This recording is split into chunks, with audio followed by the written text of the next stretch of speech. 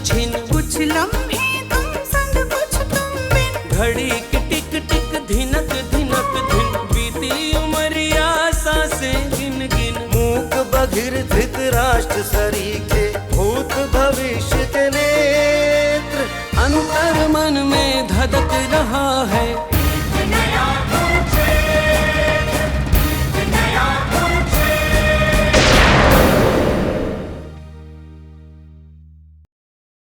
अगर मैं कांधली जान की मदद नहीं कर पाया ना, तो अपने आप को कभी माफ नहीं कर पाऊंगा। लोग बेघर हो गए, बाढ़ में बह गए।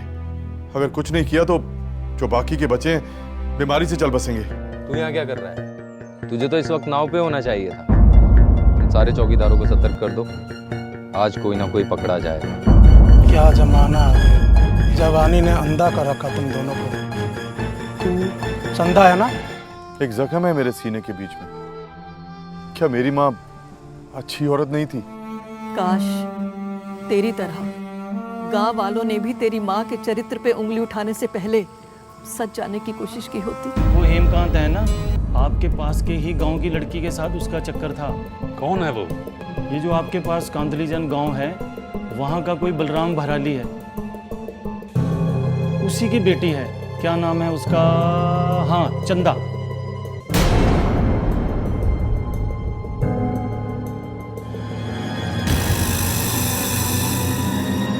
मैं भी आता हूँ।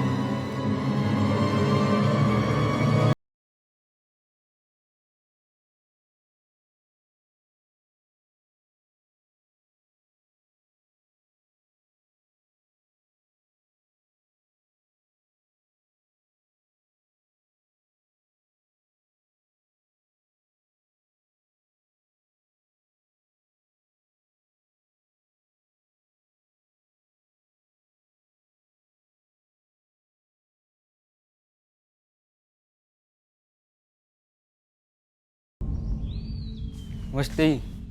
तो आपके दामाद अरविंद का देहांत हो गया।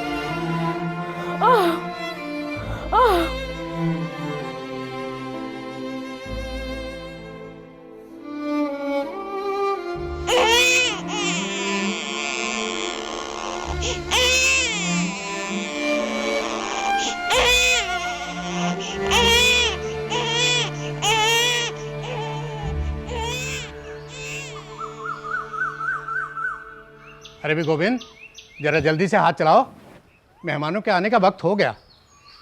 आइए आइए मुखिया जी, आइए। नमस्कार। अकेले आए हैं?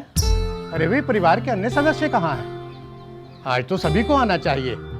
बलराम भराली के नाती का जन्मोत्सव है, इसमें तो सभी को पहुंचना चाहिए। ये उत्सव तो ऐसा होगा, इस गांव के लोग तो क्या, आसपास के सभी गांव के लोग बड़े चाव से देखेंगे और बरसों तक याद रखेंगे। बलराम जी, मैं आप तक गांव वालों का संदेश लेकर आया हूँ। कैसा संदेश? गांव वालों ने आपके इस उत्सव में आने के लिए मना कर दिया है। क्यों? उन्हें लगता है कि ये बच्चा हेमकांत है। मुखिया, इसके आगे एक शब्द भी और नहीं। गांव वालों ने आना है तो आए, और नहीं आना चाहते तो ना आए, लेकिन मैं अपनी बेटी और नाती के बारे में एक शब्द भी और नहीं सुनना चाहता। इससे पहले कि मेरी बेटी के कानों में तुम्हारे ये नापाक शब्द पड़े, निकल जाओ यहाँ से। मैं कहता हूँ कि चले जाओ।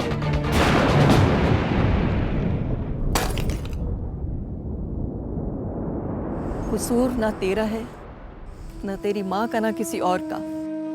कसूर इन गांव वालों का है जो एक ही नजर में बिना सोचे समझे फैसला सुना देते हैं और तेरे जैसे कई लोगों की छाती पे जिंदगी भर का बोझ डाल देते हैं। तेरी माँ ओस की बूंद जैसी पवित्र थी।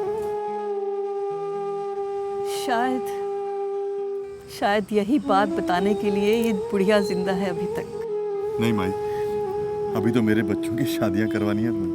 जीता रहे बेटे। चल माई, आजा।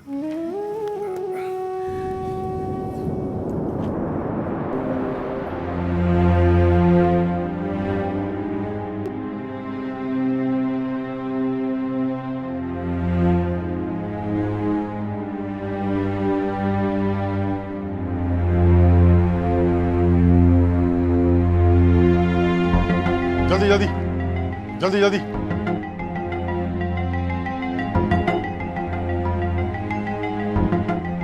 जल्दी चलो चलो, अरे ध्यान से चलो चलो चलो, जल्दी करो।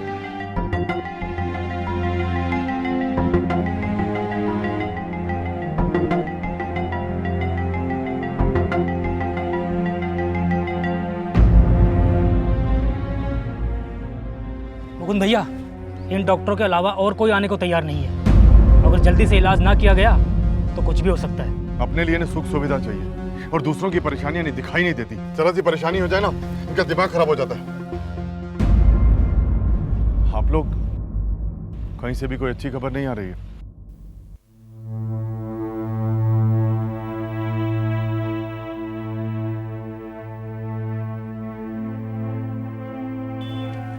मुकुंद, लोग तो यहाँ बीमारी से मर रहे हैं। और उधर मौसम मंजिल में इनकम टैक्स की रेड पड़ गई। भाई, ये मुनासिब वक्त तो नहीं, लेकिन आपको चलना पड़ेगा। ओह, तो ये बात है। ठीक है, मैं देवता दादा से बात करता हूँ। देवता दादा, देवता दादा। हाँ बोलो मुकुंद। दादा, अब ये अपने पास रखिए और बशीर को लेके जाइए साथ। किधर जाना है? यहाँ पे मरीजों की संख्या बढ़ती जा रही है, हमें और भी अच्छे और बड़े डॉक्टर चाहिए होंगे। आप जाइए, कोई भी एक दो अच्छे डॉक्टर मिले, दवाइयों के साथ उन्हें उठा लाइए। और हाँ, किसी ने ना नुकर करने की कोशिश की ना तो ठोक देना। काम इससे अच्छा यही है कि उनका मांस कछुए खाएं। चलो। आप कहिए रेनू बेगम। अभी चलना होगा भाई। कौन सी फाइल उठाई इनकम टैक्स वालों ने? कॉन्फिडेंशियल है। और सारा हिसाब किताब भी। और रिश्वत वाली भी? हाँ। तो फिर कुछ नहीं होगा। एक काम करो, तुम रेनू बेगम को सब लोगों से मिलवा दो और बचाव कार्य भी दिखा दो, और उसके बाद वापस चले जाओ। और एक आध दिन में यहाँ पे गाड़ी पटरी पर आते ही मैं भी लौट आऊंगा। नहीं मुकुंद, तुम्हें अभी चलना होगा। इस बार जो आदमी आया है वो बहुत सख्त है। एक और गंभीर मसला है जो तुम्हारे बिना नहीं सुलझेगा। देवता दादा से कह देना कि यहाँ पे काम तरीके से चलते रहना चाहिए, और कोई भी जरूरत हो ना तो आदमी भेज देना। मैं अभी एक आध दिन में आता हूँ और डॉक्टर का इंतजाम मैं खुद ही कर लूंगा। तुम जाओ, चलिए रेनू बेगम।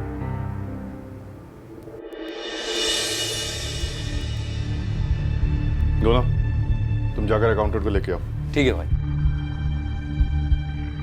इरशाद भाई के जाने के बाद ना कारोबार में दिल ही नहीं लग रहा। पता नहीं कैसी कैसी मुसीबतें आती जा रही हैं। कारोबार ढीला पड़ गया है, ना डिलीवरी प्रॉपर है ना सप्लाई। एक बार इस रेट से फ्री हो जाऊं, फिर 3-4 दिन इसी के बारे में सोचता हूँ। आइए अकाउंटेंट साहब, आइए। रेडी? गोला, तुम डेका को फोन लगाओ।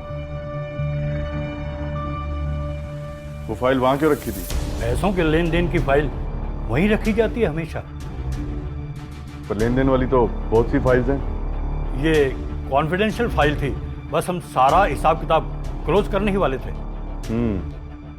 पिछले हफ्ते ये MLAs, MPs और SP वगैरह को जो पेमेंट्स की गई थी उसकी डिटेल्स इसी फाइल में थी ना? जी, जितनी भी पेमेंट्स पिछले दिनों की गई थी सबकी एंट्री उसी फाइल में थी। गुड। Hello, advocate Deka? हाँ, मुकुंद भाई बात करेंगे। जी वकील साहब, हाँ वो रेड हुई थी। हाँ वही फाइल ले गए, हिसाब किताब वाली कॉन्फिडेंशियल फाइल। जी जी, थैंक यू थैंक यू।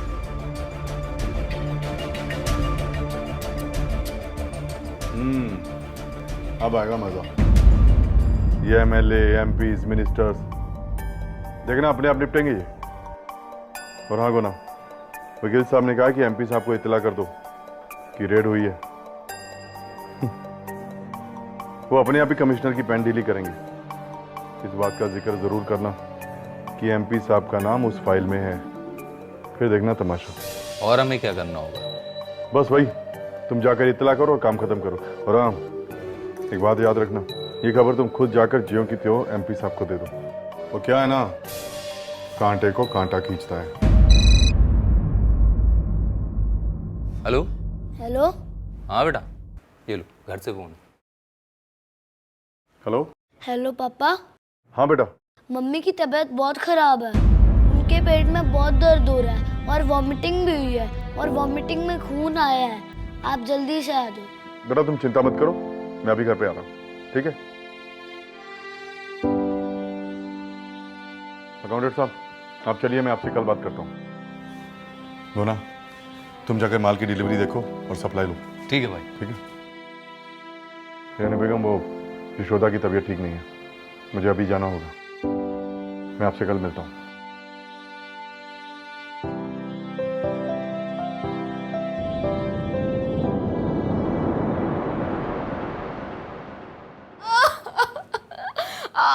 कहाँ पेन हो रही है मैम? यहाँ हो रही है? यहाँ?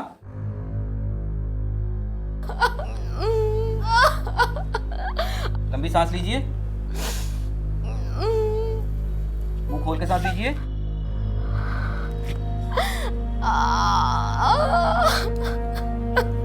डॉक्टर साहब क्या हुआ यशोदा को?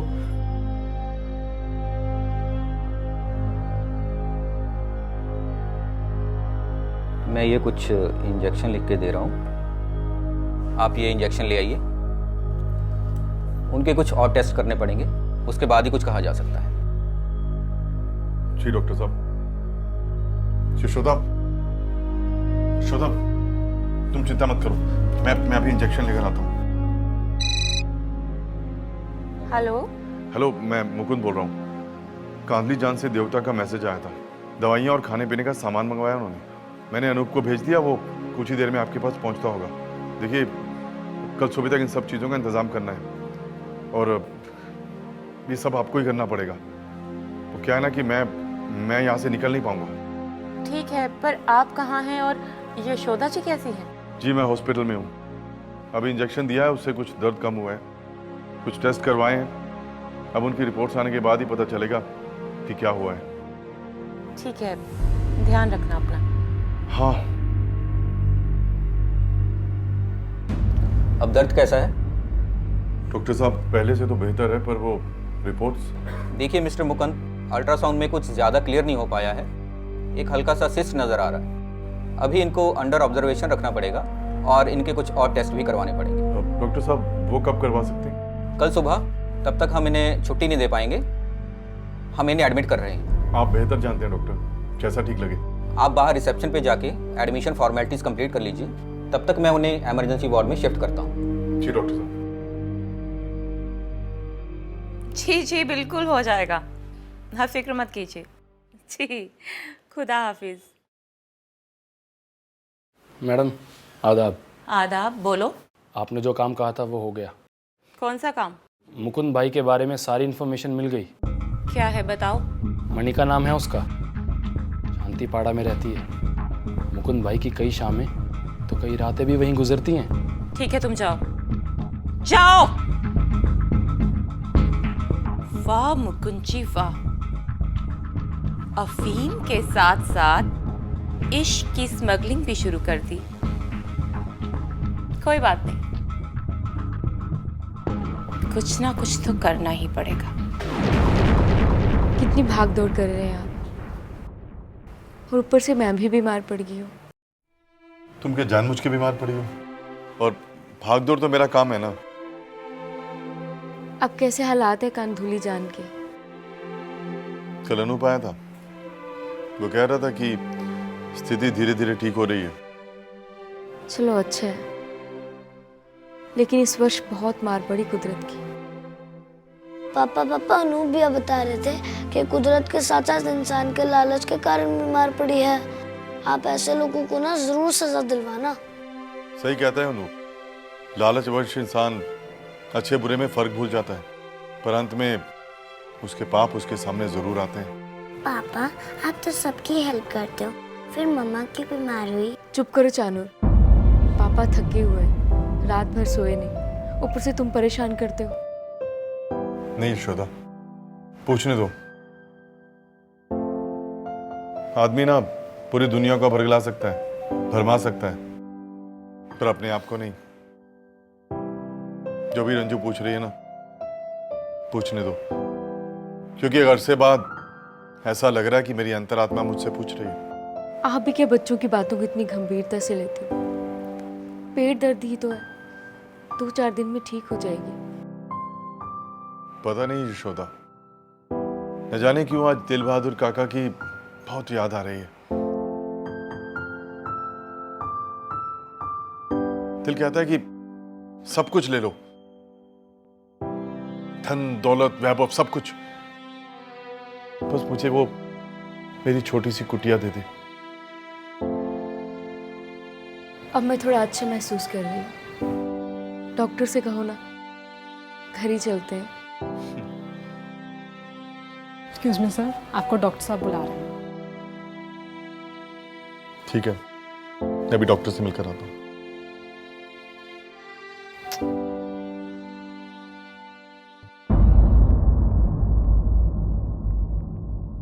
डॉक्टर, क्या मैं अंदर आ सकता हूँ? जी आइए।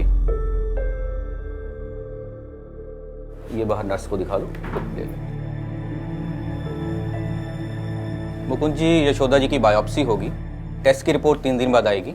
अगर उनको दर्द से आराम है तो आप सैंपल देने के बाद उनको घर ले जा सकते हैं। डॉक्टर साहब, कोई सीरियस बात तो नहीं है? टेस्ट की रिपोर्ट आने के बाद ही मैं आपको कुछ क्लियरली बता सकता हूँ। मैंने मेडिसिन लिख दी हैं, बाहर आपको सिस्टर बता देंगी कि कैसे देनी है। ठीक है डॉक्टर। ओके।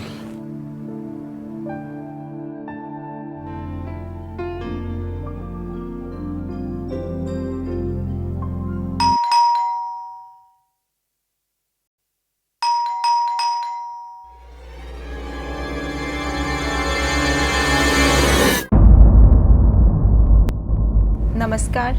नमस्कार। जी कहिए, किससे मिलना था? सभी सवालों के जवाब यहीं देने पड़ेंगे या अंदर आ जाऊं? जी आइए आइए।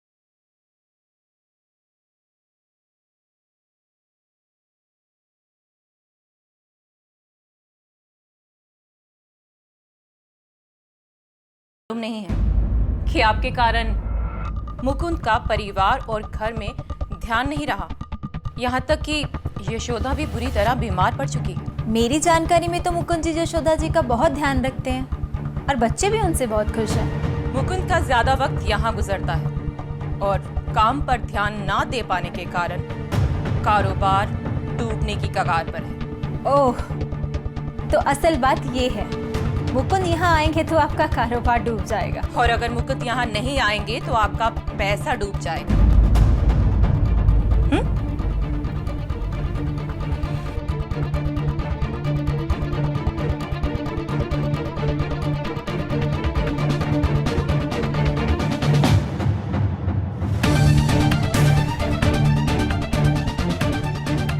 ये 10 लाख रुपए हैं।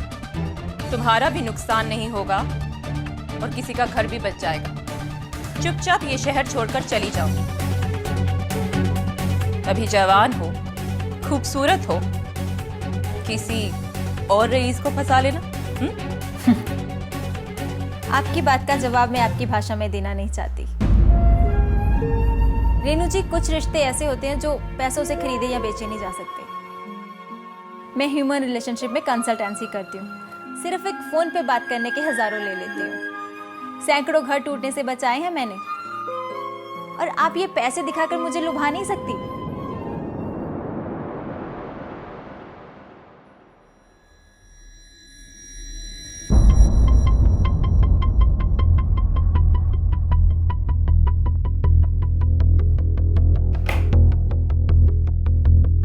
शहर छोड़कर चली जाएं तो बेहतर है, नहीं तो दुनिया छुड़वाना अच्छी तरह से आता है हमें। उम्मीद है कि अब इस शहर में नजर नहीं आओगी तुम। वहां दिल होता ना तो जानती।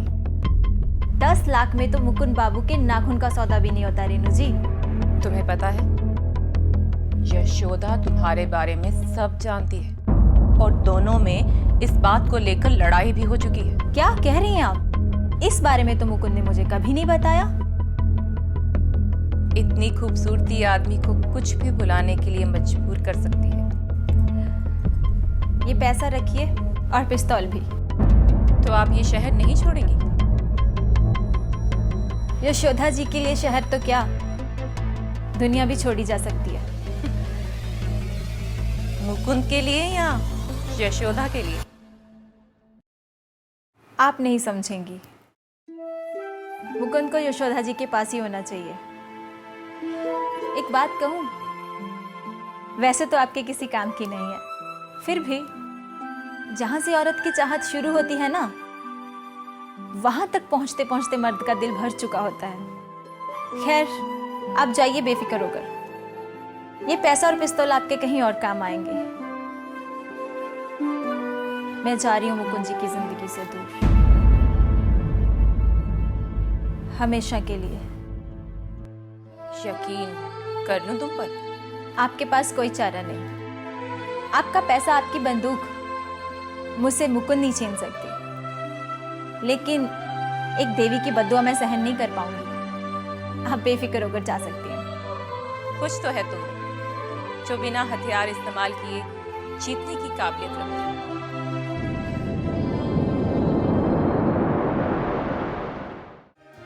यादें बरसे रिम झिम अश्व समय का हिन हिन हिन हिन। यादें बरसे रिम झिम अश्व समय का हिन हिन हिन हिन। धूल उड़ाते पग पग पल छिन, कुछ लम्हे तुम संग कुछ तुम बिन। घड़ी की टिक टिक धिनक धिनक धिन, बीती उमरिया सांसें गिन गिन। मूक बधिर धृतराष्ट्र सरीखे भूत भविष्य के नेत्र। अंतर मन में धधक रहा है